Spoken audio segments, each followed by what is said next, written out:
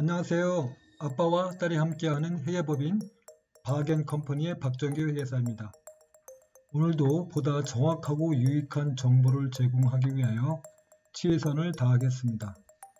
오늘 영상은 처음 캐나다에 오신 분 세무신고 시 주의사항이 있나요? 에 대한 주제입니다. 많은 분들이 처음 오셨기 때문에 세무신고를 두려워할 수도 있고요. 또 많은 도움을 받아서 하고 계신데 또 잘못하는 경우가 간혹 많이 나옵니다. 그래서 처음 오신 영주권자 하신 분이나 아니면 워킹 홀리데이 비자를 가지신 분, 또 워크퍼밋을 가지고 오신 분들. 그래서 이번 주제는 처음 오신 분에 대해서 꼭 이 동영상을 참조하시면 좋겠습니다. 가장 많이 에러를 발생하는 경우가 많습니다. 어떤 경우냐면요. 한번 볼까요? 이건 뭐 인적사항, 지난 동영상도 계속 나왔던 얘기니까요. 하시고, 예를 들어서 이번에는 7월 1일 날,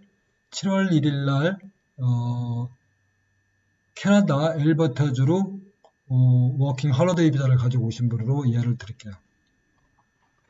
그래서 보시면은 엘버타 오른쪽에 보시면 레지던스가 엘버타 12월 31일에 엘버타에 살았고 2019년 7월 1일에 여기 오셨다 이렇게 얘기를 하시면 돼요. 그래서 꼭 이걸 체크를 해주시고 다른 거 또 싱글일 경우로 생각을 하시고요 하면 돼요. 그리고 예를 들어서 그럼 T4는 24,000불 그러니까 7월 1일부터 12월 30일까지 6개월 동안에 24,000불을 근로소득이 있었고 그거에 대한 CBP가 1045.50 EI가 388.80 그 다음에 인컴 텍스 디덕트가 3,569불이 있는 T4 슬립을 받았다는 전제하에 시작하겠습니다. 그래서 여기 보시면은 싱글일 경우 대부분이 아까 많은 분들이 어떻게 하냐면은 싱글일 경우 기초공제가 12,069불이에요. 12,069. 이거는 1월 1일부터 12월 31일까지 캐나다 내에 살았다는 걸 전제로 하고 이렇게 주는 거예요. 그래서 많은 분들이 잘못하고 이런 식으로 해요. 7월 1일이면 요거 반밖에 해당이 안 되는 거예요. 그래서 실수가 대부분이 그냥 기초공제 12,069불을 디덕션을 신청해요. CPP는 맞습니다. 아까 T4에 나와 있는 금액에 플러스 EI가 합한 금액. 그 다음에 24,000불 근로소득일 때 일괄적으로 주어지는 1222불 근로소득 공제 해줘요. 그래서 이걸 계산을 하면은 소득공제가 토탈 14,695불이고 그거에 대해서 non-refundable tax credit이 15%를 크레딧 주거든요. 그래서 15%를 하면은 2,204불이 나와요. 이 얘기는 연방세가 계산이 나오면 그 금액에 대해서 공제를 받을 수 있다 이렇게 생각하시면 돼요. 그래서 24,000불일 때 연방세가 3,595불이에요. 그래서 이걸 non-refundable tax credit을 하면은 2,204불. 그래서 실제로 내는 세금이 연방세가 1,391불이 나왔고요. 그 다음에 지방세는 322불, 320불이 나왔어요. 토탈 1,711불이 나왔는데 T4 슬립에 3,569불을 인컴텍스 디덕트를 했죠. 이렇게 했기 때문에 이거만큼 해서 1,858불의 리펀드를 받아요. 그래서 1,858불을 리펀드를 신고를 해서 돈을 받고 난 후에 3개월이나 6개월 후에 구세청에서 리어세스를 합니다. 뭐 이미그레이션 캐나다라든지 여러 가지 정보를 받아가지고 보니까 이번 냅사자는 7월 1일 날 오셨구나. 그래서 아까 말씀드린 기초공제가 12,069불을 실제로 이게 잘못됐으니까 그리고 또 엘버타도 기초공제가 또 다르죠. 엘버타는 19,369불을 기준해서 지방세를 계산을 했어요. 그래서 아까 계산한 금액이 나온 금액 그거를 가지고 하면은 지방세가 320불이고요. 연방세가 1391이래요. 그래서 이걸 잘못했다. 이건 풀로 받았기 때문에 잘못됐다는 알고서 다시 이제 구세청에서 리어세스먼트 날라오죠. 그래 리어세스먼트 날라올 때는 7월 1일로 하고요. 그 다음에 어떻게 되냐면은 요게 이제 무슨 얘기냐면 프로레이트 non-refundable tax credit을 여기 part year resident 그러니까 7월 1일부터 12월 30일까지 일부 구간에 대해서만 여기서 거주를 했기 때문에 그거만큼 프로레이트를 하겠다. 그러니까 일할 계산 퍼센티지를 하겠다. 그 얘기입니다. 이게 프로레이트라는 게 한국말로 한다고 그러면 그러니까 한 반 정도밖에 적용을 안 해주는데 다 신청을 했기 때문에 구세청에서 이렇게 하면은 기초공제가 6,084불이 되고요. 그 다음에 이건 연방에 대한 기초공제죠. 그 다음에 이거는 엘바타 주정부에서 기초공제를 9,764불밖에 안 해주는 거예요. 아까 거의 2배에 해당되는 걸 받았잖아요. 그래서 그게 틀린 요인이 됩니다. 그래서 이렇게 계산을 하면은 이게 정확한 거예요. 정확하면은 페더럴 텍스가 3,590불이고 아까 이거 non-refundable tax credit이 공제사항이 줄었잖아요. 반으로. 그렇기 때문에 이게 줄어서 공제사항이 1,306불 해서 2,289불이 나왔고요. 지방세도 마찬가지로 그렇게 계산하니까 1,280불이 나왔어요. 그래서 실제로 인컴텍스가 3,569불이 확정이 됐고 실제로 내야 될 게 이 금액이에요. 그래서 실제로 우연하게 T4슬립에 3,569불을 다 띄었지 않습니까? 고용주가. 그래서 정확하게 일치해서 결론은 낼 것도 없고 받을 것도 없다 이렇게 되는 거예요. 그런데 불구하고 아까 잘못해서 그 돈을 받았지 않습니까? 그래서 그 차액 아까 말씀드린 다시 한번 보면은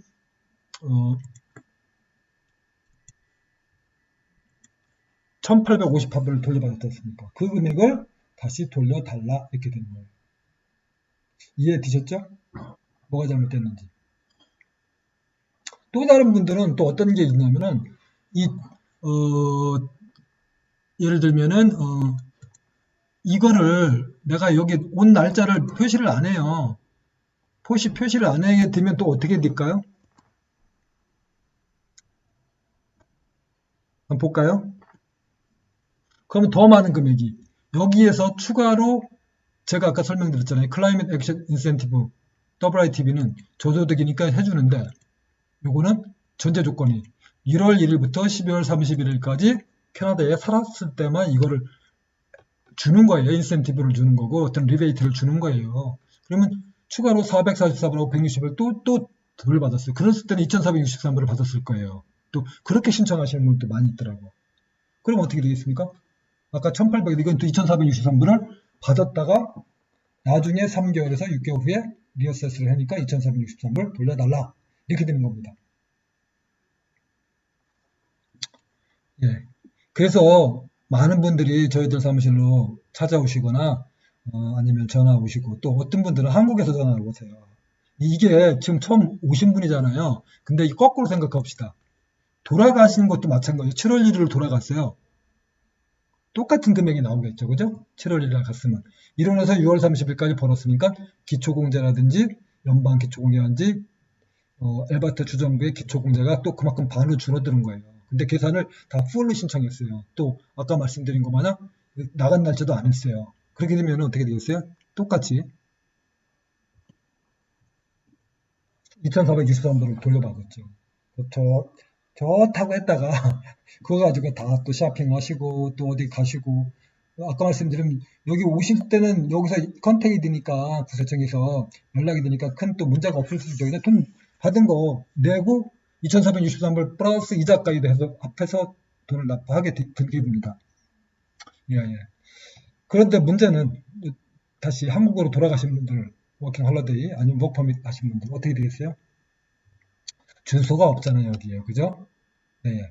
여기 주소했는데 이거를 잘 전달을 했으면 상관이 없어. 한국에 갔으니까 연락처를 남기고 가셨으면 되는데 연락처도 안 남기고 그냥 가버렸어요. 또 이메일이라든지 아니면 연락처라든지 주소를 알려주시고 전화번호 이런 걸 했으면은 다 컨택트를 했을 텐데 어떤 집에 맡겨놨는데 이게 날라왔어요. 2463불에 플러스 이자 내라고 막 날라왔어요. 연락이 안 되니까 어떻게 다시 돌아가든가 아니면 어떤 사람이 또 뭐 그걸 또 찢어버리든가 버려주든가 이렇게 됐겠죠. 그럼 어떻게 돼요? 나중에 국세, 지방세 체납자가 되는 거죠. 그죠? 예.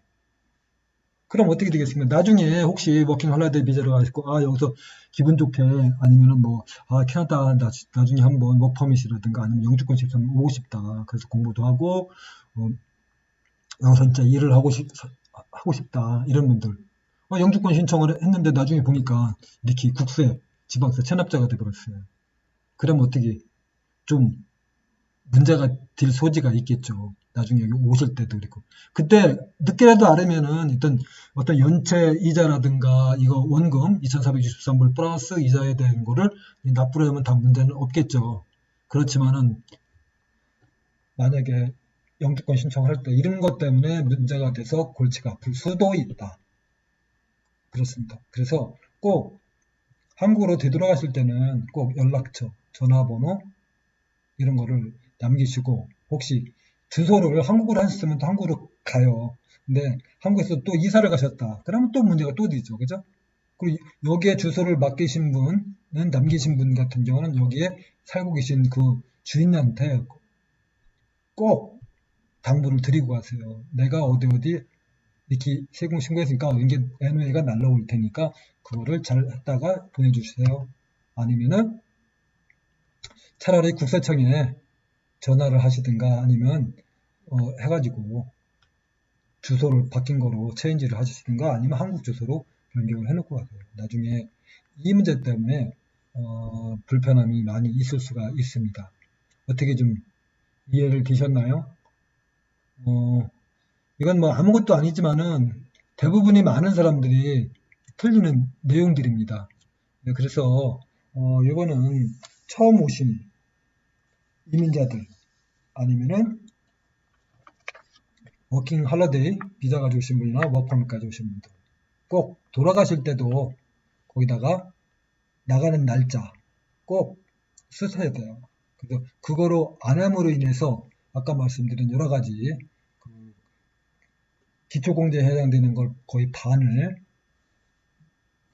더 받았다가 다시 세금을 내야 되는 경우가 있고 또 어떤 경우는 WITB 또 리베이트 이런 거 받은 거를 추가로 받았다가 나중에 이자까지 포함해서 납부를 하게 되니까 꼭 주의를 해주시기 바랍니다. 혹시 새로 오신 주위에 새로 오신 워킹 홀리데이 비자나 워크퍼밋 가시는 분들 꼭 이걸 당부를 해주세요. 어떤 친구로서나 후배로서나 이렇게 한번 내가 옛날에 이렇게 해서 문제가 된 소지가 있으니까 이거를 잘 하라.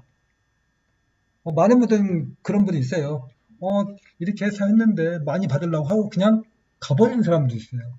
그리고 연락이 안 되면 여기는 아까 말씀드린 그런 체납자가 되니까 나중에 그것도 모르고 나중에 또 영주권 신청을 하시든지 워크퍼밋 신청했을 때 문제가 되니까 그거는 꼭 국세, 지방세 체납자가 되지 않기를 바라겠습니다. 지금까지 유익한 정보 되셨나요? 다음에는 더욱 유익한 정보를 가지고 찾아뵙겠습니다. 혹시라도 추가 질문이 있으신 분은 저희들 Contact Us에 나와 있는 전화번호나 이메일 아니면 웹사이트를 보시고 연락을 주시면 성심껏 답변해 드리겠습니다. 좋은 하루 되세요. 감사합니다.